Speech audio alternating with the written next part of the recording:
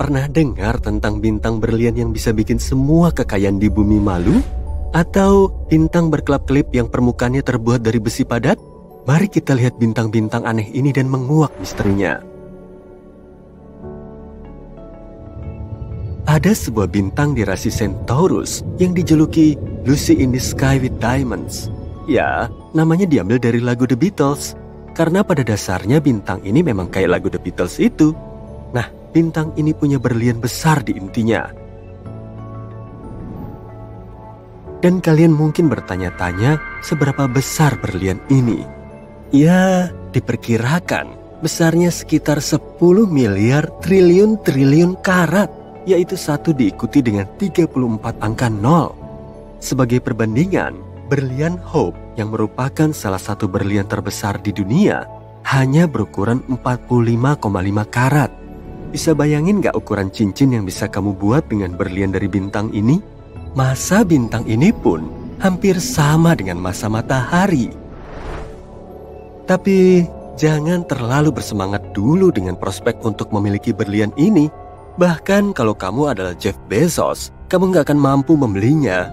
Menurut Ronald Winston, CEO Harry Winston Inc., berlian ini besar sekali sehingga kemungkinan besar akan menekan nilai pasar.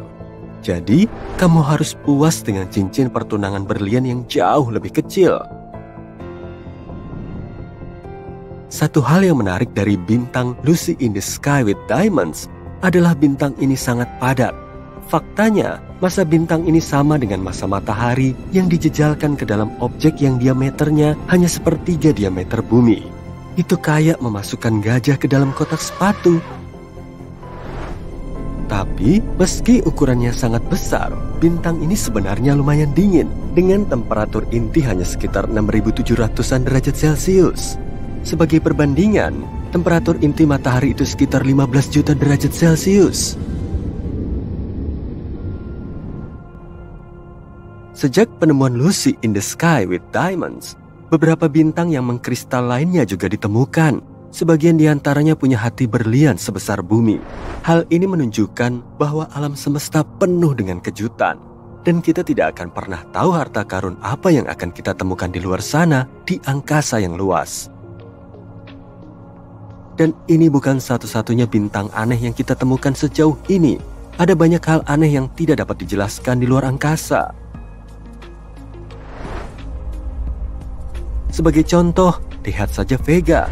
Vega, yang juga dikenal sebagai Alpha Lyrae, adalah bintang terang yang terletak di rasi Lyra. Bintang ini merupakan salah satu bintang paling terang di langit malam dan mudah dilihat dengan mata telanjang dari sebagian besar belahan dunia. Bagi kita yang tinggal di belahan bumi utara, Vega mungkin tampak seperti bintang yang indah dan terang. Tapi kita nggak tahu kalau ternyata bintang ini menyembunyikan rahasia, yaitu dia sebenarnya agak gepeng. Laju rotasi Vega yang tinggi menyebabkan Vega agak buncit di ekuatornya. Kayak perut kosmik, bintang ini berotasi setiap 12,5 jam sekali. Ini cukup cepat untuk sebuah bintang, dan dia juga melontarkan materi di sekeliling pinggangnya. Bintang ini kayak lagi main hula hoop. Materi ini berada lebih jauh dari pusat bintang, sehingga gravitasi yang diterima materi ini lebih kecil, menyebabkannya mendingin dan menggelap, yang menyebabkan efek penggelapan gravitasi. Jadi, pada dasarnya, Vega adalah mimpi terburuk bagi para ahli kebugaran kosmik. Meski begitu, bagi kita para pengamat bintang, Vega masih terlihat bulat karena kita melihatnya dari ujung kutub bumi. Tapi, kalau kita melihatnya dari sudut yang berbeda, kita akan mendapatkan pemandangan yang sangat berbeda. Pemandangan yang mungkin membuat kita bertanya-tanya, apa Vega beneran ngumpetin donat kosmik diam-diam? Namun, meski kita ngeledekin lingkar pinggang khatulistiwanya, tidak bisa disangkal kalau Vega tetaplah salah satu bintang yang paling terang dan menarik di galaksi kita. Tapi kalau ingin sesuatu yang benar-benar terang, bagaimana kalau supernova? Supernova adalah ledakan raksasa di angkasa yang terjadi ketika bintang mencapai akhir siklus hidupnya. Mirip akhir dari pertunjukan kembang api, tapi dalam skala kosmik. Ledakan ini melepaskan lebih banyak energi dalam beberapa detik daripada yang dihasilkan matahari sepanjang hidupnya. Dan inilah yang terjadi pada bintang berikutnya dalam pertunjukan kita. Objek langit dengan nama aneh IPFT14HLS. Tapi ada satu hal yang menarik, dia ini bukan supernova biasa. Meski bintang ini sempat meledak di tahun 2014 dan mulai meredup seperti biasanya, baru-baru ini dia kembali muncul dan kembali bersinar terang. Ya, dramatis juga. Dan kalau itu belum cukup, bintang ini terus meredup dan bersinar, setidaknya 5 kali secara total, mirip seperti yoyo. Seolah-olah bintang ini nggak bisa memutuskan apakah dia ingin tetap terang atau meredup ke dalam kegelapan. Selain itu, para ilmuwan mengukur spektrum supernova tersebut. Mereka menemukan kalau supernova ini berevolusi 10 kali lebih lambat daripada bintang-bintang lainnya. Mungkin ini supernova yang cuma mau menikmati masa-masa keemasannya? Secara keseluruhan, objek ini masih menjadi misteri. Tapi, bintang ini bukan satu-satunya bintang yang mengalami sindrom 2-in-1. Sekilas, MY Camelopardalis tampak seperti bintang biasa, tapi setelah diamati lebih dekat, para astronom menyimpulkan kalau bintang ini sebenarnya adalah 2 bintang dalam 1. Kedua bintang ini saling mengitari satu sama lain dengan kecepatan lebih dari 900.000 km per jam. Ini merupakan sistem bintang kontak biner, yang artinya kedua bintang tersebut berada sangat dekat sehingga berbagi selubung yang sama. Dengan kata lain, keduanya sangat dekat sampai bisa dibilang sedang berpacaran. Bintang Romeo dan Juliet ini adalah salah satu bintang ganda paling masif yang pernah ditemukan. Masing-masing memiliki massa 32 dan 38 massa matahari. Para astronom juga menduga kalau kedua bintang ini sedang berada di ambang penggabungan. Artinya, suatu hari nanti keduanya akan bergabung menjadi satu bintang super raksasa. Wow, siapa sangka ruang angkasa bisa romantis begitu? Selanjutnya, perkenalkan nama panjang lainnya, HD 140283, yang juga dikenal sebagai bintang Methuselah. Si kecil di rasi Libra ini sudah ada sejak lama. Yep, benar-benar lama. Sebenarnya, ilmuwan mengira usianya lebih tua dari alam semesta itu sendiri. Bayangkan aja kalau itu benar. Tapi akhirnya, mereka menemukan bahwa usia sebenarnya adalah sekitar 14,8 miliar tahun. Sebaya dengan alam semesta kita. Itu tetap aja mengesankan. Bintang ini sangat tua. Dia bahkan masih ingat saat Bima Sakti masih berupa bayi galaksi. Tapi, terlepas dari semua itu, bintang ini masih hidup. Bintang ini baru saja mulai mengembang menjadi raksasa merah. Ini mirip kayak kamu waktu berusia 30-an. Awet muda juga dia. Tapi, kalau semua hal itu sudah bisa dipahami, gimana dengan bintang yang diberi nama bintang WTF oleh para ilmuwan? Beneran loh, paling nggak dulu namanya begitu. Sekarang dia disebut bintang Tebi. Bintang ini juga punya nama yang lebih ilmiah, tapi agak sulit diucapkan. Namun, yang sangat aneh dari bintang ini adalah peredupannya yang tidak beraturan. Gak tahu kenapa, bintang ini gak bersinar kayak bintang pada umumnya, melainkan berkedip-kedip, seolah-olah ada orang yang menyalakan dan mematikan senter. Dan itu bukan cuma redup sedikit, penurunan cahayanya bisa sampai 22%. Jadi itu bukan karena terhalang oleh planet atau semacamnya. Ilmuwan telah menemukan berbagai macam penjelasan untuk perilaku aneh ini. Mulai dari komet, debu, hingga megastruktur luar angkasa. Serius? Tapi sebelum imajinasimu jadi terlalu liar, perlu diketahui bahwa penjelasan yang paling mungkin adalah debu biasa. Mungkin bintang itu dikelilingi oleh semacam awan debu, dan kadang awan debu itu menghalangi kita untuk melihatnya dengan jelas. Meski penjelasan ini masih belum 100% pasti, masih banyak misteri yang menyelimuti bintang Tebi ini. Satu hal yang pasti, bintang ini memang sedikit aneh, tapi itulah yang membuatnya menarik. Jadi begitulah teman-teman, kita dibuat kagum dengan keanekaragaman dan keanehan yang luar biasa di alam semesta. Masih banyak lagi yang bisa dijelajahi di luar sana.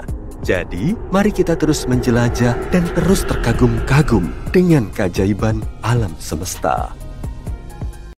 Wah, teleskop James Webb udah beneran beroperasi tuh. Kalau kamu ngefans berat sama astronomi, pasti kamu udah nunggu-nunggu berita soal teleskop James Webb kan? Ukuran teleskop ini gede banget. Tapi seberapa gede ya? Lebar cermin utamanya lebih dari 6,4 meter. Dan teleskop Hubble aja, yang sebelumnya berukuran paling gede, cuma punya cermin berukuran 2,27 meter. Nah, kalau teleskop Hubble dan James Webb saling berdekatan, keduanya bisa diibaratkan seperti kuda dengan gajah. Ukuran James Webb bisa segede itu karena memang ada alasan kuatnya. Bodinya harus besar karena James Webb bukan teleskop optik konvensional seperti kebanyakan teleskop. James Webb adalah teleskop inframerah yang bisa mengamati panas. Rentang cahaya inframerah lebih panjang dari cahaya tampak sehingga perlu difokuskan dengan cermin yang lebih besar. Memangnya James Webb punya keistimewaan apa sih? Teleskop ini dilengkapi dengan 2 fitur paling update, jadi teknologi dan misi ilmiahnya juga paling wah. Makanya James Webb bisa dijadikan sebagai contoh klasik pemanfaatan teknologi dalam pengamatan ilmiah. Selain bisa ngumpulin cahaya yang lebih banyak, teleskop antariksa James Webb juga mampu memotret objek yang sebelumnya nggak terlihat. Misalnya, eksoplanet, galaksi pertama di semesta, kumpulan bintang dan planet di nebula, dan masih banyak lagi. Teleskop James Webb juga punya sejumlah trik teknologi untuk mendeteksi temuan terbesarnya. Teleskop ini dipasangi coronagraph yang sangat istimewa, dan dengan alat ini, teleskop bisa memotret gambar eksoplanet beneran untuk pertama kalinya.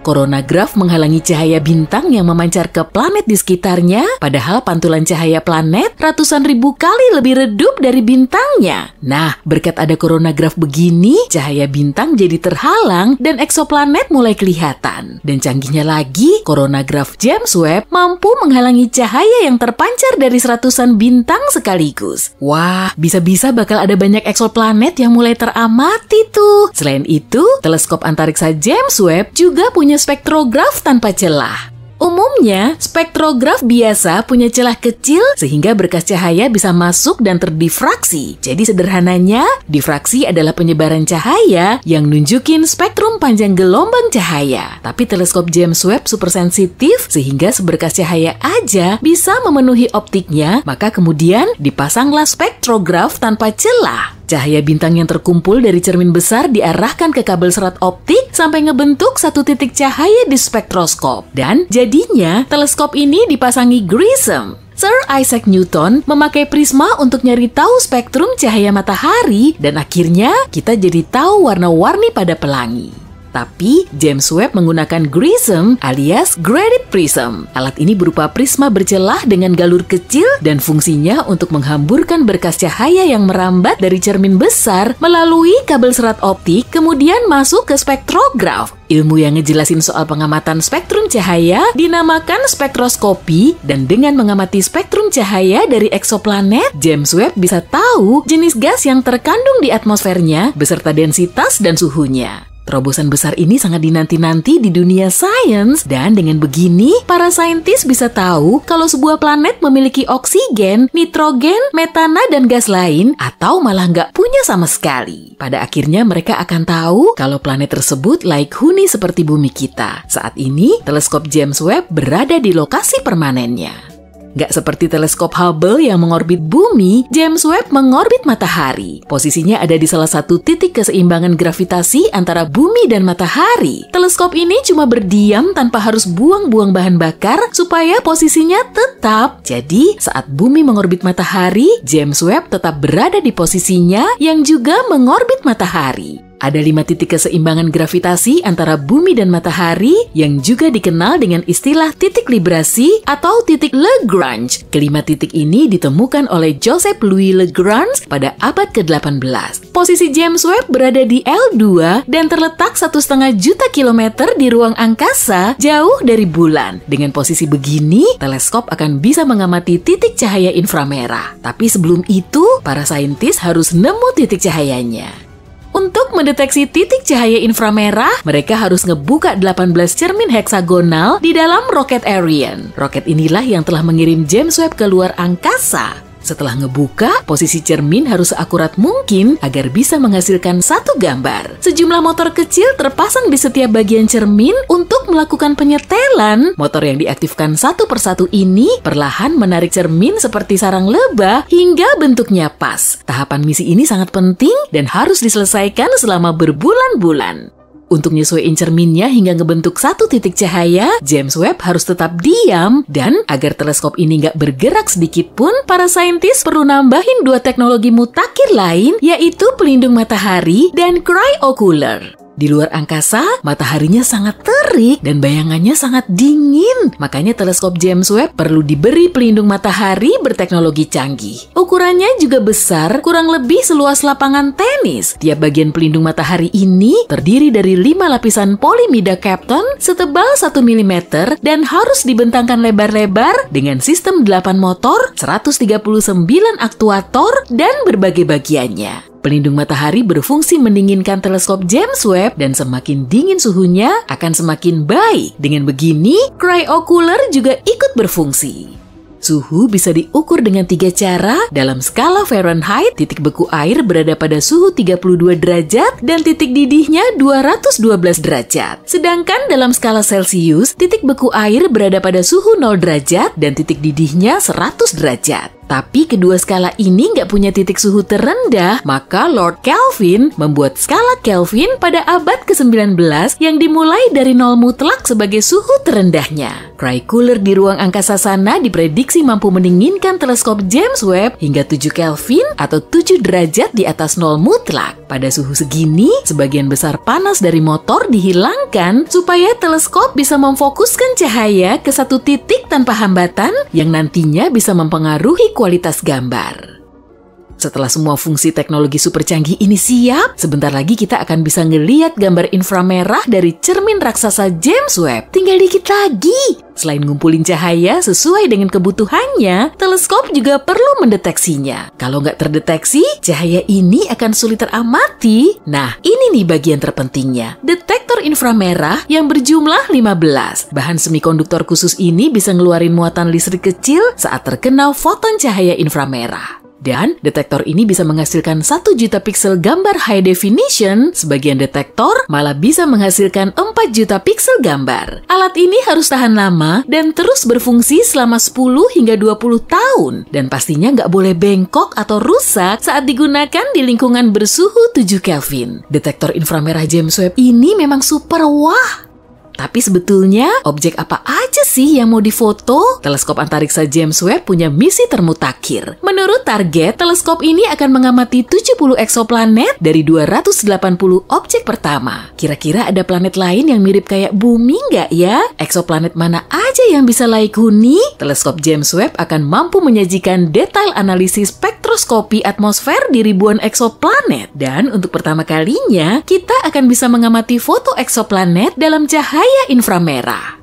Kosmologi atau studi tentang semesta kemungkinan akan menjadi misi utama teleskop James Webb. Target utama pengamatan ini adalah galaksi yang terus menjauh hingga cahayanya semakin panjang menjadi inframerah. Para saintis perlu melakukan pengamatan panjang untuk ngumpulin cahaya inframerah redup dari galaksi awal setelah Big Bang. Dan James Webb digadang-gadang akan mampu ngasih kita gambaran tentang objek semesta di awal pembentukannya.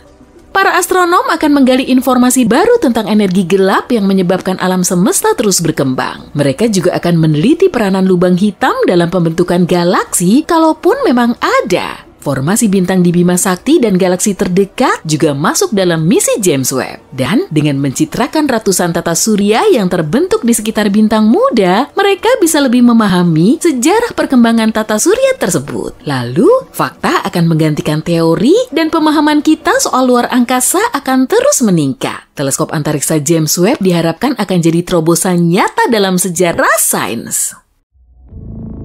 Para saintis asal Tiongkok baru aja nemu objek menarik di bulan berupa kristal unik. Kristal ini mengandung unsur yang bisa menggantikan bahan bakar nuklir. Emangnya unsur apa sih? Kita cari tahu yuk. Komposisi bulan kita masih jadi misteri. Misi Apollo sudah diluncurkan setengah abad yang lalu. Dan sejak saat itu, belum ada lagi yang mendarat di bulan. Jadi kita kesulitan untuk menelitinya. Tapi belakangan ini ada gebrakan baru. Jadi pada Desember 2020 lalu, saintis Tiongkok ngirimin probe Chang'e 5 menuju bulan. Nama misi itu diambil dari dewa bulan Tiongkok, Chang'e. Puitis banget ya. Probe ini terbang ke sisi terdekat bulan selama berhari-hari untuk menggali permukaan dan batuan di sana, lalu kembali lagi ke bumi. Probe Chang'e mengambil sekitar 1,8 kg batuan bulan, seperti basal dan lava padat. Meski kedengarannya biasa aja, misi ini telah jadi terobosan loh. Kita belum pernah mendapat sampel bulan sejak tahun 1976. Fungsi sampel ini sangat penting untuk menyingkap sejarah dunia kita. Para saintis telah lama mikirin proses terbentuknya bulan. Meski ada banyak teori, mereka masih belum bisa nemu bukti kuatnya. Tapi berkat misi ini dan sejumlah simulasi komputer, mereka bisa nemu kebenarannya. Bulan terbentuk jutaan tahun yang lalu, saat ada planet Katai menabrak bumi. Ukurannya sedikit lebih kecil dari Mars. Pecahan bumi melayang di luar angkasa, tapi sebagiannya menetap di orbit kita. Lalu, pecahan ini saling menyatu dan membentuk bulan. Peristiwa ini pasti nyeremin banget kan? Tapi ternyata proses terbentuknya bulan merupakan fase terbaik untuk planet kita. Tanpa satelit cantik ini, lautan kita cuma akan jadi genangan kecil dan kehidupan di bumi gak akan muncul. Temuan ini dianggap penting tapi masih perlu digali. Dengan meneliti sampel batuan tadi, para saintis di lembaga riset Beijing nemu kristal langka. Kedengarannya biasa aja kan ya? Apalagi monokristal transparan kecil setebal rambut ini juga pernah ditemukan di bulan. Kristal ini terbentuk akibat aktivitas gunung berapi mirip batu delima di bumi. Di lokasi kristal ini ditemukan, pernah terjadi letusan gunung berapi sekitar 1,2 miliar tahun yang lalu. Berarti kristal cantik ini sudah berumur 1 miliar tahun. Fokusnya bukan ke situ sih, tapi kandungan bahannya. Kita belum pernah melihatnya. Peneliti dari Asosiasi Mineralogi Internasional telah mengonfirmasi komposisi ini nggak ada di bumi. Kristal ini disebut Changside, yang juga diambil dari nama dewa bulan. Keren ya? Komposisi ini termasuk mineral asing ke-6 yang ditemukan di bulan dan mineral pertama yang ditemukan oleh peneliti Tiongkok. Saat ini, Tiongkok menjadi negara ketiga di dunia yang membuat penemuan di bulan. Tapi kristal kecil ini bukan satu-satunya objek menarik yang mereka temukan. Setelah meneliti permata ini dan 140 ribuan partikel bulan, para saintis juga nemu helium-3. Helium-3 dianggap penting karena termasuk salah satu unsur yang menjadi bahan bakar matahari dan bintang lain di alam semesta. Kamu pasti pernah bilang, mataharinya terik banget, kayaknya neraka lagi bocor deh. Makanya banyak orang mengira matahari kita berupa bola api besar. Padahal bukan. Pembakarannya adalah proses lain yang juga disebut dengan fusi nuklir. Tahapannya cukup simpel kok. Selama reaksi ini, hidrogen pada bintang berubah jadi helium. Tapi sebetulnya, proses simpel ini menjadi salah satu reaksi paling brutal di alam semesta. Ada partikel yang benar-benar bergolak di dalam matahari. Inti hidrogen yang keluar masuk saling tolak-menolak karena semuanya bermuatan positif. Jadi, hidrogen ini terus bergolak dan menetap di dalam kalau nggak dipicu oleh bintangnya sendiri. Ternyata, bintang punya gravitasi kuat yang mencengkeram miliaran atom dan menyatukannya. Atom yang menyatu kemudian menghasilkan unsur berat baru seperti helium. Selama reaksi, atom ini memancarkan banyak energi keluar angkasa. Makanya, matahari kita jadi membara. Di waktu yang sama, sang bintang juga menyebarkan banyak energi. Lalu apa sih helium-3 itu? Kalau aja matahari kita bisa ngomong, mungkin unsur ini bakal bikin matahari berkomentar begini. Santai aja dong. Fungsi atom helium-3 melepaskan lebih banyak energi daripada fusi nuklir biasa. Tapi helium-3 nggak mencemari atmosfer dengan unsur berbahaya seperti radiasi. Di bumi, cuma ada sekelumit helium-3. Keberadaannya di atmosfer cuma sekitar 1:1 juta. Helium-3 ini juga terus-terusan berusaha melepaskan diri keluar angkasa. Mungkin karena udah nggak betah tinggal di bumi ya. Tapi belakangan ini, para saintis nemu helium-3 dalam jumlah banyak di bulan kita. Rupanya, ada lebih banyak helium-3 di bulan daripada di bumi karena pengaruh angin surya. Matahari menempa bulan dengan helium-3-nya selama miliaran tahun. Jadi, unsur ini telah bertebaran di banyak titik. Meski jumlahnya nggak sebanyak di Jupiter dan Saturnus, energi yang dilepaskan helium-3 sangat besar. Kalau diestimasi, sekitar 25 ton helium-3 bisa nyuplai energi seantero Amerika Serikat sepanjang tahun. Saat ini, ada sekitar 35.000 ton helium-3 di planet kita, dan lebih dari 1 juta ton di bulan. Sumber daya sebanyak ini bisa ngasih cadangan energi Amerika Serikat selama ribuan tahun. Jadi kemungkinan, helium-3 bisa dijadikan sebagai sumber bahan bakar baru. Dan kualitasnya lebih bagus dari bahan bakar nuklir di semua aspek. Helium-3 nggak akan ninggalin limbah dan radiasi berbahaya. Unsur ini juga lebih kuat dan kurang berbahaya. Jadi, energi yang ramah lingkungan dan efisien ini bisa jadi revolusi penting di planet kita. Keren banget kan? Terus, tunggu apa lagi? Kita tinggal cari alat untuk mulai menggali kan? Tapi ada kendalanya. Kita nggak punya alat yang bisa sekuat dan sepanas bintang. Untuk menggunakan helium-3, kita perlu suhu super panas dan tekanan tinggi. Kita juga perlu reaktor termonuklir yang belum diketahui cara pembuatannya. Meski suhu dan tekanannya bisa sampai ke titik yang pas, kita belum tahu cara menangani helium-3 dengan benar. Jadi meskipun stoknya melimpah, kita belum bisa memanfaatkan unsur ini. Meski begitu, helium-3 emang menggiurkan. Makanya banyak negara mulai berlomba-lomba untuk mendapat sumber daya bulan ini. Setelah Chang'e 5 nemu endapan helium-3 baru di sisi terdekat bulan, kompetisinya semakin sengit. Bahkan Tiongkok mulai merencanakan misi bulan baru, Chang'e 6, pada tahun 2024. Selama misi ini, mereka mau ngambil sampel pertama dari sisi jauh bulan. Ternyata, pencarian kristal bulan ini penting banget bagi kita. Kristal ini bisa ngebantu kita nyari alternatif baru untuk menghasilkan helium-3. Dan kalau berhasil, manusia akan memasuki era baru. Tapi kita perlu mengatasi beberapa kendala dulu. Gimana cara ngangkut kristal bulan ini ke bumi? Gimana cara memproduksi energi dari unsur itu? Dan seterusnya. Semoga kelak masalah ini bisa dapat solusi yang terbaik dan kita bakal nemu cara untuk memproduksi energi yang melimpah, bersih, dan aman. Pada jarak 640 tahun cahaya dari matahari, ilmuwan menemukan planet WASP-76b di mana terjadi hujan besi. Planet itu sangat dekat dengan bintangnya dan selalu menghadap bintang itu pada sisi yang sama. Istilahnya, terkunci pasang surut.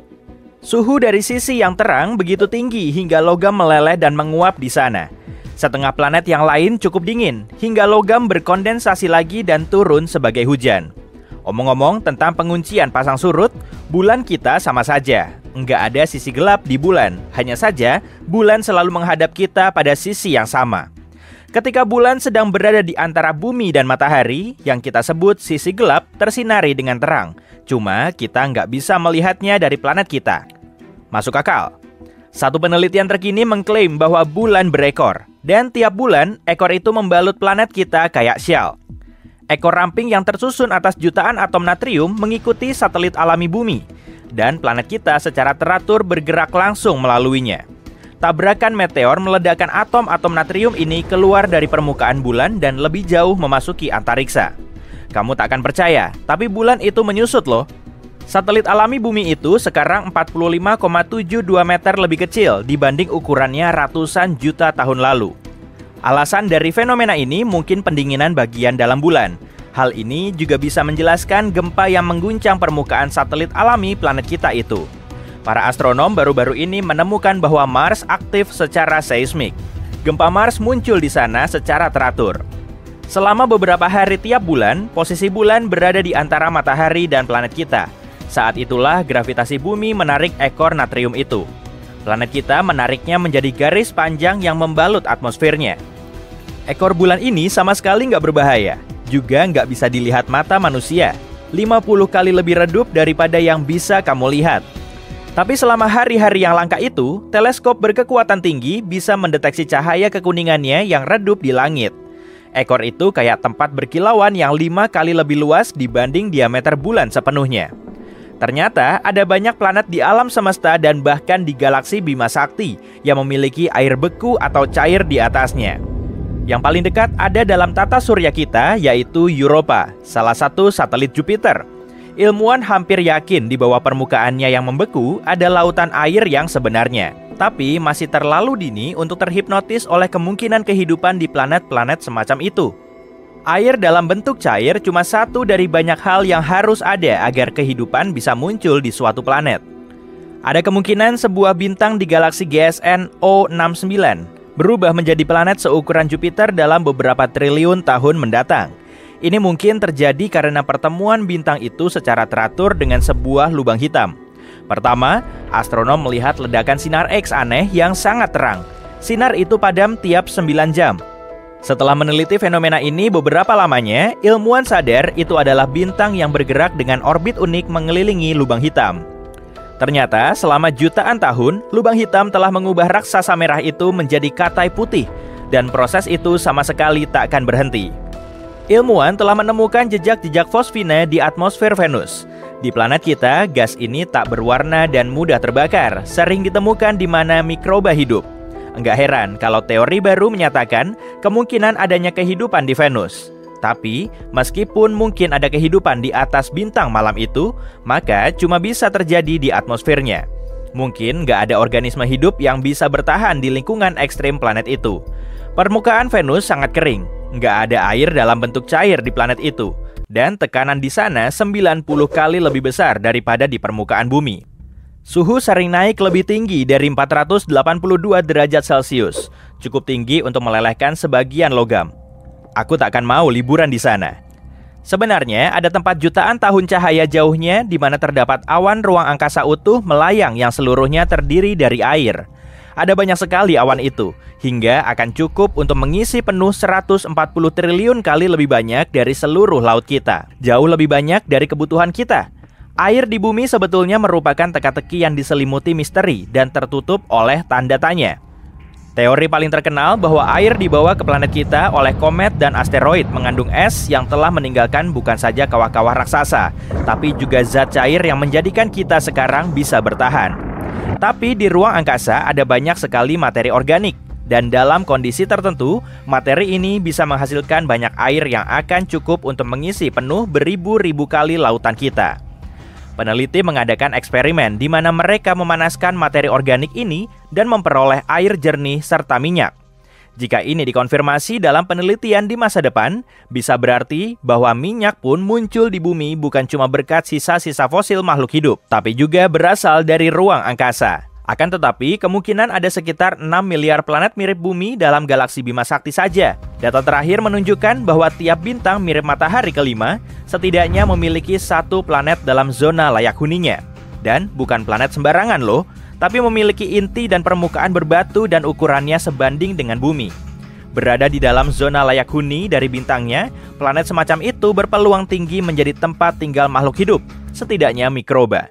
Dan jika ada miliaran planet seperti ini dalam galaksi kita, kamu bisa dengan aman bilang bahwa setidaknya satu di antaranya bukan cuma layak huni, tapi sudah dihuni.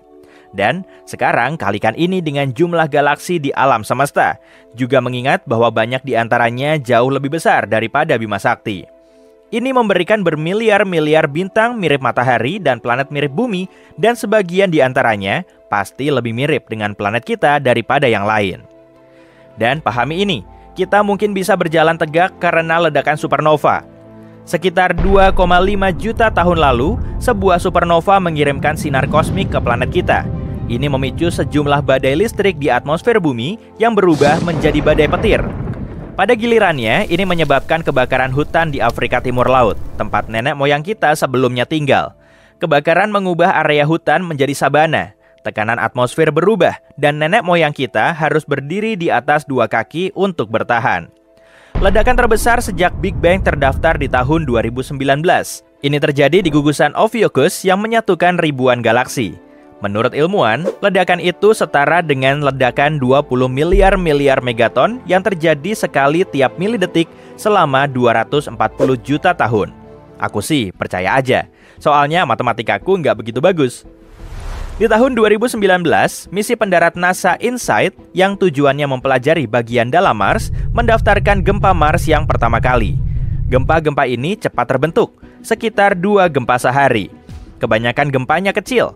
Kamu tak akan merasakannya kalau itu terjadi di planet kita. Sejauh ini telah lebih dari 300 gempa Mars telah terdeteksi. Itu adalah gempa pertama di objek antariksa selain bumi dan bulan. Fenomena misterius lain yang ditemukan oleh misi itu adalah denyut magnetik aneh. Denyut ini muncul tiap tengah malam di sekitar misi pendarat itu. Masih belum jelas apa denyut itu. Mungkin setelah tengah malam mereka akan mengizinkannya jalan-jalan atau semacamnya. Atmosfer Pluto naik jauh lebih tinggi di atas permukaan planet kata itu daripada misalnya bumi. Atmosfer ini juga memiliki lebih dari 20 lapisan. Semuanya dingin, membeku, dan sangat kental. Ingat asteroid yang membuat punah dinosaurus di bumi? Aku sih belum ada saat itu. Tapi siapa yang bisa lupa? Kemungkinan telah terjadi kejadian antariksa lain yang berakhir buruk bagi setidaknya 75% dari semua kehidupan di planet kita di masa lalu. Kurang lebih 360 juta tahun lalu, sebuah ledakan supernova terjadi di sekitar 65 tahun cahaya dari kita. Dan sinar kosmiknya menyapu lapisan ozon dari planet biru kita yang cantik ini. Wah, lingkungan yang keras. Jupiter dulunya berbentuk datar dan tampak seperti permen M&M, dan Jupiter bukanlah satu-satunya planet datar di tata surya. Ternyata ada banyak hal yang bisa terjadi selama pembentukan planet, seperti terkunci pada matahari atau terhempas di antariksa. Yuk kita simak penjelasannya. Bumi tidak datar, tapi Jupiter mungkin dulunya datar. Alih-alih berbentuk bola besar, planet gas raksasa di sistem kita mungkin awalnya lebih mirip paneku. Jupiter salah satu planet tertua di antara planet-planet tetangga kita, usianya 4,6 miliar tahun, sama seperti matahari. Di masa-masa awalnya, Jupiter kemungkinan terbentuk melalui proses yang disebut disinstability atau ketidakstabilan piringan. Semua berawal dari bintang. Ketika sebuah bintang terbentuk, awalnya tidak berupa bulatan, melainkan seperti piringan besar. Pada tahap ini, angin sangat panas yang terdiri dari partikel-partikel bermuatan berhembus. Debu di dalam piringan itu mengandung materi seperti karbon dan besi. Beberapa di antaranya bertabrakan dan saling menempel, membentuk objek yang lebih besar. Debu berubah menjadi kerikil, kerikil berubah menjadi batu, dan batu-batu itu bertabrakan satu sama lain menjadi semakin besar. Gas di dalam piringan membantu semua kepingan padat itu menyatu. Sebagian pecah, tapi sebagian lagi tetap menempel, dan itulah yang menjadi bagian dasar planet. Ini disebut planetesimal. Bahkan planet gas raksasa seperti Jupiter pun awalnya berupa bintik-bintik debu yang lebih kecil dari rambut manusia. Pada akhirnya debu ini membentuk piringan gas yang besar dan berbentuk cincin. Piringan gas ini mulai berputar mengelilingi matahari dan bertambah besar dengan mengumpulkan gas dan batuan seperti bola salju. Raksasa gas itu istimewa, mereka lahir dari bagian yang dingin dari piringan. Di area yang dingin, molekul-molekul bergerak lebih lambat sehingga lebih mudah ditangkap. Di tempat-tempat ini, air bisa membeku dan potongan-potongan es kecil saling menempel dan bercampur dengan debu. Bola salju kotor ini berkumpul dan kemudian membentuk inti planet-planet besar seperti Jupiter, Saturnus, Uranus, dan Neptunus. Di area yang lebih hangat dan lebih dekat dengan bintang, planet-planet batuan seperti Merkurius, Venus, Bumi, dan Mars mulai terbentuk. Setelah planet-planet es raksasa lahir, tidak banyak gas yang tersisa untuk planet-planet yang lebih kecil. Mungkin butuh waktu puluhan juta tahun bagi planet-planet batuan untuk terbentuk setelah bintang lahir. Pada saat yang sama, matahari juga tumbuh, menyerap gas di dekatnya dan mendorong materi-materi lebih jauh lagi. Setelah miliaran tahun, piringan ini berubah total menjadi bintang bulat dengan sekumpulan planet, planet katai, asteroid, bulan, meteoroid, dan komet di sekelilingnya. Baru-baru ini simulasi menunjukkan kalau protoplanet, sebutan untuk bola berdebu di masa awal pembentukannya, tidak tampak seperti planet yang kita kenal. Untuk planet gas raksasa seperti Jupiter, bentuknya lebih mirip bola yang ditekan atau permen M&M. Tapi bukan yang isi kacang ya. Ketika matahari masih muda, piringan gas dan debu yang mengelilinginya menjadi dingin dan tidak stabil. Piringan gas dan debu ini mulai pecah menjadi bongkahan-bongkahan besar, dan bongkahan-bongkahan ini kemudian runtuh akibat gravitasi yang sangat besar dan membentuk Jupiter. Lama-kelamaan Jupiter menjadi planet gas raksasa berbentuk bulat. Ada banyak keanehan yang bisa terjadi selama proses pembentukan planet. Pernah bertanya-tanya nggak kenapa Venus atau Uranus berputar ke arah yang berlawanan dengan planet-planet lain? Biasanya ketika sesuatu terbentuk dari piringan gas yang berputar, dia cenderung berputar ke arah yang sama. Misalnya jika kamu memutar beberapa bola pada seutas tali, bola-bola itu akan berputar dengan arah yang sama. Jadi secara teoritis, semua planet seharusnya berputar ke arah yang sama. Tapi ada banyak sekali objek yang bergerak cepat seperti komet dan asteroid di tata surya kita. Ketika menabrak planet, terutama pada masa-masa awal pembentukannya, tabrakan ini bisa membuat planet berputar ke arah yang berlawanan. Venus dan Uranus mungkin selamat dari tabrakan besar, untungnya keduanya tidak terlempar ke antariksa, gravitasi matahari dan planet-planet di dekatnya menarik mereka kembali ke tempatnya. Ada juga yang disebut planet yang terkunci pasang surut. Ini adalah benda-benda langit yang berputar sedemikian rupa sehingga satu sisi selalu menghadap ke bintangnya, sementara sisi lainnya tetap berada di dalam kegelapan abadi. Jadi satu sisi selalu sangat panas, sedangkan sisi lainnya sangat dingin. Jika kita berada di planet seperti itu, kita hanya bisa hidup di garis tipis antaranya. Planet-planet ini terbentuk ketika berada sangat dekat dengan bintang induknya, gaya gravitasinya sangat kuat dan seiring waktu, gaya ini memperlambat rotasi planet hingga sesuai dengan waktu yang dibutuhkan untuk mengitari bintang. Bayangkan kamu sedang berputar di kursimu, seseorang menghampiri dan saat memegang kursimu dengan tangannya, dia mulai berputar bersamamu. Dengan cara ini, kalian akan selalu saling berhadapan. Planet-planet yang terkunci secara pasang surut juga seperti itu. Bulan kita terkunci secara pasang surut terhadap bumi, sehingga kita hanya bisa melihat satu sisinya saja. Kita telah menemukan lebih dari 5.000 planet di luar tata surya kita yang disebut eksoplanet. Sebagian di antaranya memiliki orbit yang sangat aneh, misalnya planet-planet dengan orbit yang sangat panjang butuh ribuan tahun untuk sekali mengelilingi bintang. Atau orbit yang sangat miring dan mirip komet, atau juga si Jupiter panas, yaitu planet-planet yang berada sangat dekat dengan bintang induknya, bahkan lebih dekat daripada jarak Merkurius ke matahari. Tapi planet-planet ini tidak mungkin terbentuk di tempat yang sekarang. Ketika tata surya berevolusi, planet-planet tersebut berubah posisi karena suatu alasan. Penataan ulang ini disebut migrasi planet.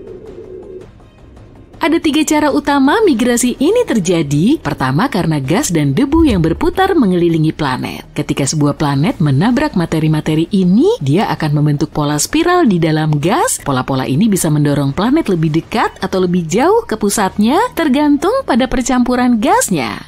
Ini disebut migrasi yang digerakkan oleh gas. Inilah yang dialami Jupiter ketika bergerak mendekati matahari miliaran tahun lalu. Hal ini juga menjelaskan keberadaan Jupiter panas. Kedua, planet-planet besar bisa mendorong planet-planet yang lebih kecil sehingga mengubah lintasannya. Ketiga, gravitasi bintang bisa menarik planet sehingga orbitnya jadi lebih melingkar. Pernah dengar tentang planet pengembara? Bayangkan sebuah planet yang melayang di luar angkasa tanpa bintang untuk menjadi tambatan. Mereka seperti pengembara di galaksi kita yang ditakdirkan untuk berpindah-pindah selamanya. Jumlahnya sangat banyak, mungkin ada lebih banyak planet yang melayang bebas daripada planet yang terikat pada bintang. Di galaksi Bima Sakti saja ada triliunan planet pengembara yang berkeliaran. Ukurannya seringkali sebesar planet terbesar kita, Jupiter, tapi sebagian besar mungkin seukuran bumi. Beberapa bahkan memiliki atmosfer tebal yang membuatnya tetap hangat meskipun berada jauh dari bintang manapun. Beberapa di antaranya mungkin memiliki aurora yang luar biasa, sementara yang lainnya mungkin memiliki bulan dengan air dalam bentuk cair yang berpotensi menunjang kehidupan. Bahkan ada kemungkinan planet-planet tersebut memiliki kehidupan ekstraterestrial. Planet-planet ini bisa bertabrakan dengan bintang lain atau bahkan dengan sebuah sistem keplanetan dalam perjalanannya melintasi antariksa. Kadang planet-planet itu terperangkap dalam gravitasi bintang untuk sementara waktu sebelum akhirnya dilontarkan kembali ke antariksa. Tapi gimana planet-planet itu lahir ya? Kadang dalam proses pembentukan planet yang penuh kekacauan ini, tidak semua planet bisa berada dekat dengan bintang induknya. Sebagian terlontar dari tata suryanya akibat interaksi gravitasi yang kuat dengan planet lain atau bintang yang melintas. Planet-planet yang terlontar ini kemudian menjadi planet pengembara. Pada tahun 2012, para astronom menemukan sebuah sistem tata surya dari awal alam semesta. Sistem ini terdiri dari sebuah bintang dan dua planet. Kita menyebutnya sistem fosil. Bintang itu sangat tua, sekitar 13 miliar tahun, hampir setua alam semesta kita. Sebagian besar hanya tersusun dari hidrogen dan helium. Ini tidak biasa sih, karena planet biasanya terbentuk dari awan gas yang mengandung materi yang lebih berat. Saat itulah kita tahu kalau cara pembentukan planet di masa lalu berbeda dengan cara pembentukan planet sekarang. Kita tahu kalau bintang yang mengandung lebih banyak logam lebih mungkin memiliki planet. Dalam istilah astronomi, logam berarti unsur kimia apapun selain hidrogen dan helium. Di alam semesta awal tidak terdapat banyak logam. Sebagian besar logam terbentuk di dalam bintang dan kemudian disebarkan ke antariksa ketika bintang-bintang itu meledak. Jadi kapan planet pertama terbentuk? Sistem yang baru ditemukan ini membantu menjawab pertanyaan-pertanyaan tersebut. Dua planet raksasa ini mengitari sebuah bintang yang memiliki kandungan logam sangat rendah dan sudah sangat tua. Seharusnya hal seperti ini sangat jarang, bahkan mustahil. Tapi ternyata ada. Artinya mungkin ada lebih banyak planet di sistem yang miskin logam daripada yang kita duga. Mempelajari planet-planet tersebut akan membantu kita untuk mengetahui lebih banyak tentang sejarah pembentukan planet. Kita mungkin semakin dekat untuk menemukan planet es yang masih di luar orbit Neptunus. Maaf, Pluto bukan kamu. Baru-baru ini, pemetaan alam semesta yang menggunakan data dari teleskop di Hawaii berhasil mengeliminasi sekitar 78% lokasi yang mungkin untuk si planet yang misterius ini. Beberapa orang menyebutnya planet 9, sementara yang lain lebih memilih planet X. Apapun namanya, planet ini telah menimbulkan kontroversi sejak keberadaannya pertama kali diusulkan. Dan itu terutama karena tidak ada penelitian yang bisa menjawab pertanyaan besar, apakah planet ini benar-benar ada? Jika ditemukan, planet 9 akan menjadi planet terbesar kelima di tata surya dengan masa 10 kali masa bumi. Planet ini juga diduga berbentuk gas seperti Uranus. Studi awal tentang planet 9 yang dilakukan pada tahun 2016 menunjukkan bahwa planet baru yang sangat besar ini mengorbit matahari 20 kali lebih jauh daripada Neptunus yang berada pada jarak 4,5 miliar kilometer. Akibatnya, planet 9 akan membutuhkan waktu antara 10.000 hingga 20.000 tahun untuk menyelesaikan satu kali orbit mengelilingi matahari. Jika dikonfirmasi, planet yang belum ditemukan ini akan mendominasi wilayah yang lebih besar daripada planet lain yang sudah diketahui di lingkungan kosmik kita. Ini semua adalah hipotesis yang menarik, tapi tanpa satupun bukti atau observasi yang mendukungnya. Sebelum menganggapnya sebagai tebakan liar, penting untuk dicatat bahwa para peneliti ini mengandalkan pemodelan matematika yang rumit dan simulasi komputer untuk berspekulasi tentang karakteristik planet ini, karena itulah yang mereka lakukan. Kehadiran hipotetis planet ini akan menjelaskan berbagai fitur misterius yang berada di luar Neptunus. Secara khusus, kita berbicara tentang sabuk Kuiper, sebuah area berbentuk donat yang sangat besar dan penuh dengan puing-puing es yang tersisa dari pembentukan tata surya, termasuk komet dan planet kerdil seperti Pluto. Yang terjadi adalah keenam objek terjauh di sabuk Kuiper punya orbit elips yang semuanya berorientasi pada arah yang sama di dalam ruang angkasa dan miring sekitar 30 derajat ke bawah relatif terhadap bidang orbit ke-8 planet yang telah diketahui. Yang aneh adalah, meskipun kecepatan orbitnya berbeda di sekeliling tata surya, objek-objek itu tetap mempertahankan kesejajaran ini. Kemungkinan kesejajaran seperti itu terjadi secara acak sangatlah kecil, sekitar 0,007%. Jadi inilah planet 9, sebuah benda langit masif hipotetis yang menawarkan penjelasan masuk akal untuk fenomena aneh ini, yang berpotensi memberikan pengaruh gravitasi untuk membentuk orbit-orbit ini. Teori awal tidak bertahan lama menghadapi tuduhan bias pengamatan dan kesalahan perhitungan. Kemudian pada tahun 2017, sebuah penelitian lain muncul, memicu kembali gagasan bahwa mungkin planet 9 ada di luar sana. Kali ini, para astronom Spanyol mencoba pendekatan baru dengan fokus mengamati objek Transneptunus yang ekstrim. Benda-benda langit ini mengorbit matahari dalam lintasan elips yang sangat panjang dengan jarak rata-rata lebih dari 22 miliar kilometer. Hasil penelitian menunjukkan kalau jarak antara titik-titik objek-objek tersebut dengan matahari bisa memberi petunjuk lokasi planet 9. Titik-titik tersebut merupakan titik-titik di mana orbit benda langit bersinggungan dengan bidang tata surya. Ketika mencapai titik-titik ini, objek-objek ini akan berinteraksi dengan benda-benda lain di tata surya yang berpotensi menyebabkan perubahan signifikan pada orbitnya atau bahkan tabrakan. Jadi jika lintasan benda-benda Transneptunus yang ekstrim ini tetap stabil, semuanya baik-baik saja. Tapi jika tidak, itu pertanda ada sesuatu yang lain, sesuatu yang besar yang mengacaukan lintasannya. Dan itulah yang ditemukan dalam penelitian ini. Ada sesuatu yang tidak terlihat di luar sana yang membuat objek-objek ini keluar dari jalurnya. Dan sesuatu itu bisa jadi sebuah planet yang berada pada jarak antara 300 sampai 400 kali lebih jauh dari matahari daripada bumi.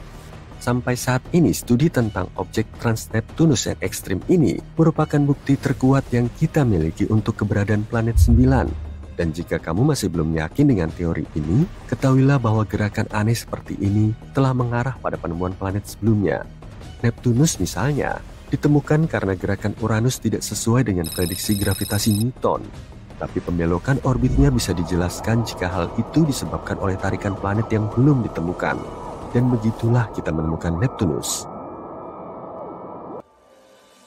Pada tahun 2021, ada banyak hal menarik tentang planet 9 lagi. Setelah mengoreksi beberapa dugaan lama, penelitian sekarang mengarah pada gagasan bahwa dunia misterius ini mengikuti putaran epik mengelilingi matahari setiap 7.000 tahun. Ini merupakan berita besar, karena artinya planet ini mungkin lebih dekat dari yang kita duga sebelumnya, sehingga memudahkan teleskop-teleskop kita untuk menemukannya. Makalah ini juga menunjukkan bahwa ada kemungkinan 99% bahwa orbit yang aneh dari objek-objek jauh ini disebabkan oleh planet yang tidak terlihat ini, bukan hanya kebetulan kosmik. Sekarang kemungkinan seluruh situasi ini hanya kebetulan adalah 1/250%, yang jauh lebih baik daripada 1/10.000 pada tahun 2016.